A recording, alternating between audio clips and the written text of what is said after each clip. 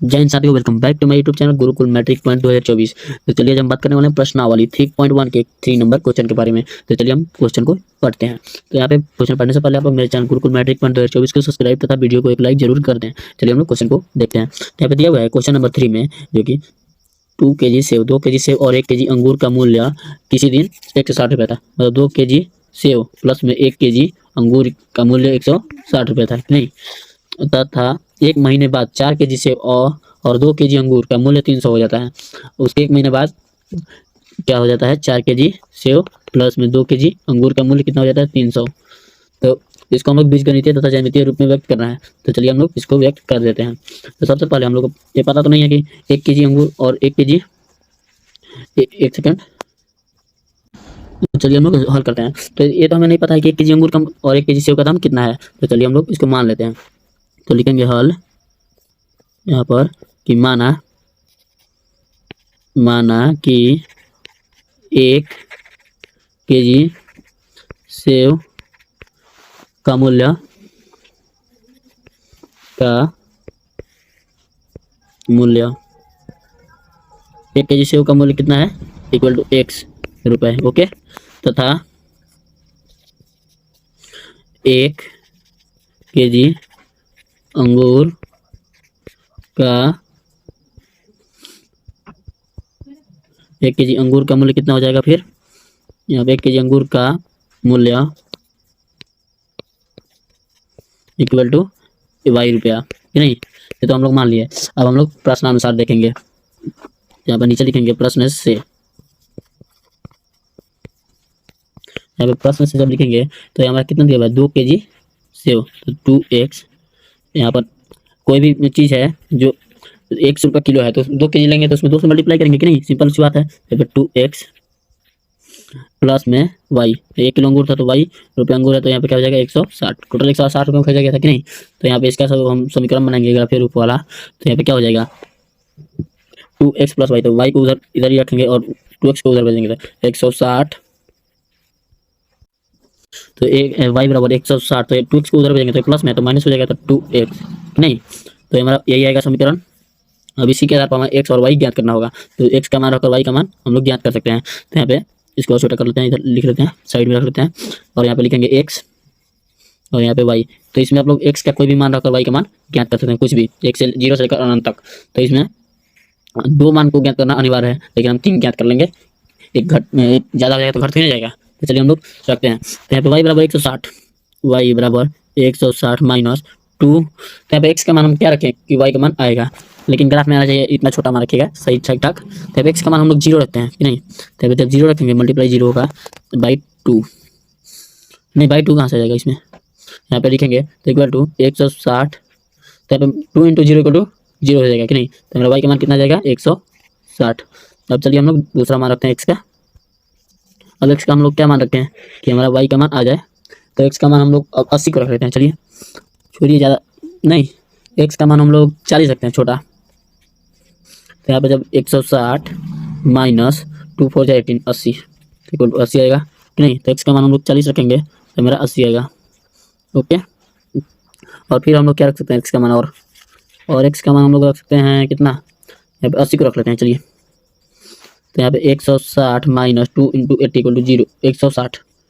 तो क्या आएगा, 0 बचेगा। तो हम x का मान 80 रखें तो हमारा 0 आ जाएगा, कि नहीं। तो हमारा समीकरण 1 तो हल हो गया। अब समीकरण 2 को हल करते हैं, कि नहीं। यहाँ पे जो समीकरण हमारा 2 आएगा, कहाँ से आएगा, तो जो दिया हुआ है बाद वाला, जो दिया हुआ है कि यहाँ पर 1 महीने बाद 4 kg सेब और 1 kg 2 kg अंगूर का मूल्य 300 रुपये हो जाता है। तो हमारा कितना हो जाएगा, तो 1 kg सेब का मूल्य कितना है, तो 100 रुपये, x। तो 4 kg का 4x प्लस 2y, 1 kg अंगूर का मान 2 है और वाले y है, और 2 kg होगा तो 2y इक्वल टू कितना, 300।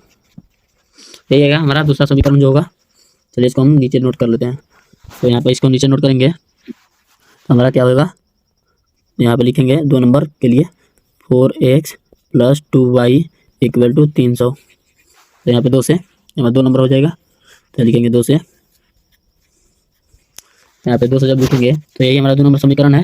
तो 4x plus 2y equal to 300, नहीं। तो जब हम लोग इसको सॉल्व करेंगे इसको, तो यहाँ पर हो जाएगा 4x इक्वल टू 2y, तो यहाँ पर 2y को वैसे ही रखेंगे और 4x को उधर भेजेंगे, तो 300 माइनस 4x पहले वाले की तरह हो जाएगा।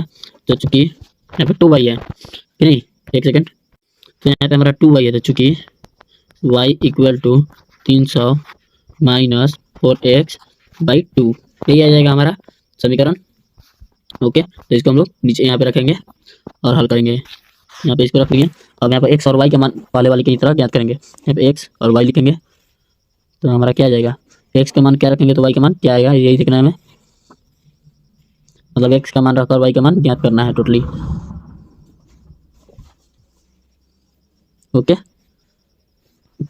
तो y का मान दिया हुआ है हमारा y equal to 300 minus 4x by 2। तो यहाँ पे 300 माइनस 4x, तो यहाँ पे x के स्थान पर 0 रखते हैं हम, x के स्थान पर हम 0 रखेंगे, गुन्ने 0, तो क्या आएगा 300 minus 4 into 0 equal to 0, 300 by 2 equal to 150। कि नहीं, एक का मान 0 रखेंगे तो 150 हो जाएगा हमारा y का मान। अब दूसरा क्या रखें x का मान, कि हमारा y का मान आ जाए कुछ भी, तो यहाँ पर 10 रखते हैं x का मान, कि नहीं, x का मान जब 10 रखेंगे तो 300 में से 40 जाएगा, तो यहाँ पे 260 बच्चा 2, तो इक्वल टू 130 आएगा, कि नहीं। तो जब x का मान हम 10 रखेंगे तो यहाँ पे 130 आ जाएगा। उसी प्रकार जब हम x का मान हम लोग 20 रख देंगे, यहाँ पर हमारा कितना आएगा, तो यहाँ पे 220 आ जाएगा। 260 की जगह क्या आएगा 220, तो 2 से डिवाइड हो जाएगा, कितना बार हो जाएगा वो 110 बार में। तो यहाँ पर 2 का मान x का मान 20 रखने पर हमारा कितना आएगा 110।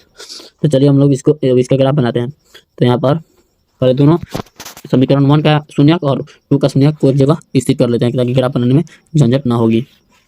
ओके, यहाँ पे x, एक सेकंड, यहाँ पे x y, x और y। ओके, तो हमारा x पहले वाला का क्या मान था, ये 1 नंबर है और ये हमारा 2 नंबर हो जाएगा। तो पहले वाला का 0, 80 और 0, 40, 40 और 80, तो इसका क्या आ जाएगा हमारा 160, 80 और 0, नहीं। और दूसरे वाला का क्या था 0, 10 और 20, तो हो जाएगा 150, 180 और 110। तो चलिए हम लोग इसको ग्राफ के रूप में बनाते हैं।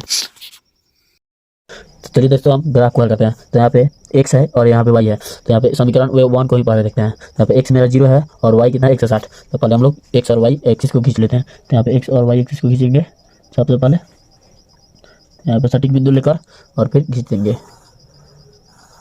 ये हमारा y एक्सिस खींचा रहा है, अब इसके बाद x एक्सिस को खींचेंगे, हो गया हमारा y एक्सिस। अब x एक्सिस को यहाँ से ले लेंगे और यहाँ पे सीधे खींच दिए। ओके, तो ये हमारा हो गया x एक्सिस और यहाँ पे x डैश, और ये हमारा हो गया y एक्सिस और यहाँ हमारा y डैश। तो इसको मानेंगे 0, ये मूल बिंदु है तो 0 होगा, और यहाँ पे क्या होगा 10, 20, 30, 40, 50, 60, 70, 80, 90, 100, 110 और 120। यहाँ पे 10-10 का आंकड़ा हम लिए हैं, और इधर भी देखेंगे तो 10, 20, 30, 40, 50, 60, 70, 80, 90, 100, 110, 120, 130, 140 और 150। तो यहाँ पे समीकरण 1 में हमारा क्या दिया हुआ है, यहाँ पर x 0 होगा तो y कितना होगा हमारा 160। तो यहाँ पर इसको और बढ़ा लेते हैं, यहाँ पे 160 हमारा यहाँ पे आ जाएगा। ओके, इसको भी डाल लेते हैं, चिन्हित कर लेंगे। तो चलिए हम लोग क्वेश्चन को ठीक करते हैं, यहाँ पे ग्राफ बनाते हैं पहले। तो यहाँ पर y हमारा कितना है, y हमारा x हमारा 0 है, तो हमारा x एक्सिस यही ना है, यही है, तो हमारा 0 यहीं पे हो जाएगा।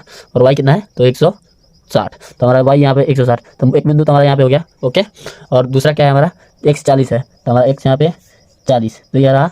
और y कितना है हमारा 80, तो यहाँ पे y कितना कहाँ है 80, तो यहाँ पे 40, तो ये जाएगा हमारा 40 में, और फिर यहाँ पे 80, तो हमारा बिंदु ये हो जाएगा हमारा।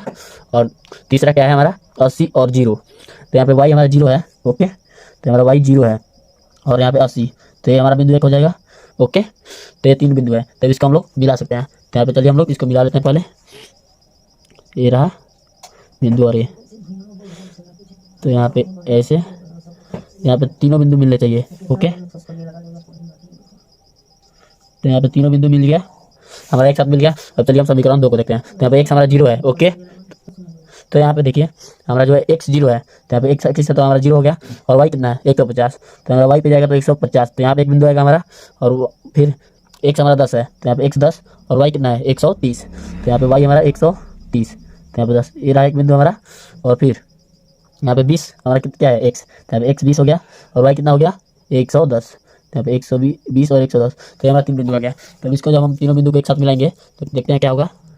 यहाँ पर इस बिंदु को और इसको एक साथ जब हम तीनों को मिला देंगे तो ये जो रेखा है जो इस रेखा के लंबवत है, तो यहाँ पे हम लिखेंगे 0 और 160, एक मूल बिंदु यहाँ पे, और दूसरा मूल बिंदु क्या है हमारा 40, एक सेकंड, तो यहाँ पे हमारा 40 हो जाएगा, 40 और 80 हो जाएगा, 40,80, और फिर यहाँ पे क्या होगा हमारा 0 और फिर 80। ओके, तो हमारा एक बिंदु हो गया। और फिर यहाँ पे जो मूल बिंदु है हमारा, तो वो क्या होगा हमारा, तो x का मान 0 है, तो यहाँ पे 0 और फिर 150। ओके, और फिर दूसरा वाला क्या होगा 10 और 130, और तीसरा वाला हमारा क्या होगा बिंदु जो होगा 20 और 110, यही होगा। तो इसका क्या था हमारा जो समीकरण है इसका क्या था, तो इसका समीकरण हमारा क्या था, यहाँ पर पहले वाले का तो जो था उसको हम लिखेंगे 2x + y = 160 था। ओके, और जो दूसरे वाला का था वो इधर लिख देंगे हम लोग। दूसरे वाला का क्या था, तो दूसरे वाला का था हमारा 4x + 2y = 300। ओके, तो यही हमारा सॉल्व हुआ, तो हम लोग ग्राफ भी बना चुके हैं। तो चलिए हम मिलते हैं फिर अगले वीडियो में, तब तक के लिए बाय। आप लोग मेरे चैनल गुरुकुल मैट्रिक पॉइंट 2024 को सब्सक्राइब तथा वीडियो को एक लाइक जरूर कर दीजिएगा। जय हिंद।